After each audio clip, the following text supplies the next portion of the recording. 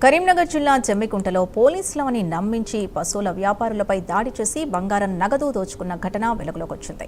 కొందరు వ్యక్తులు ఎడ్లను కొనుగోలు చేసి ట్రాలీ వాహనంలో తీసుకెళ్తున్నారు. జమ్మికుంట పాత మున్సిపల్ కార్యాలయం సమీపంలో సుమారు 10 నుంచి 13 మంది ఆ వాహనాన్ని అడ్డగించారు.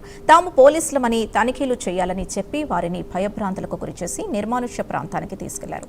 అక్కడ వారిని చితకబాది బంగారం నగదుతో పాటు ఫోన్ పే ద్వారా బలవంతంగా డబ్బులు వసూలు చేసి అక్కడి నుంచి పరారయ్యారు. బాధితుల ఫిర్యాదు మేరకు కేసు నమోదు చేసుకున్న పోలీసులు కేసు నమోదు చేసి దర్యాప్తు చేపట్టారు.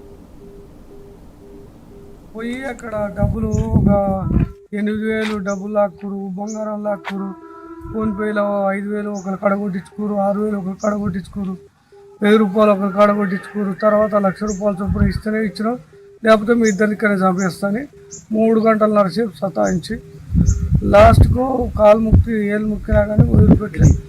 వేరే వాళ్ళ మన వాళ్ళ బైకులు చూసి వదిలిపెట్టారు. ఆ తర్వాత పోలీసు వాళ్ళు చూపించారు.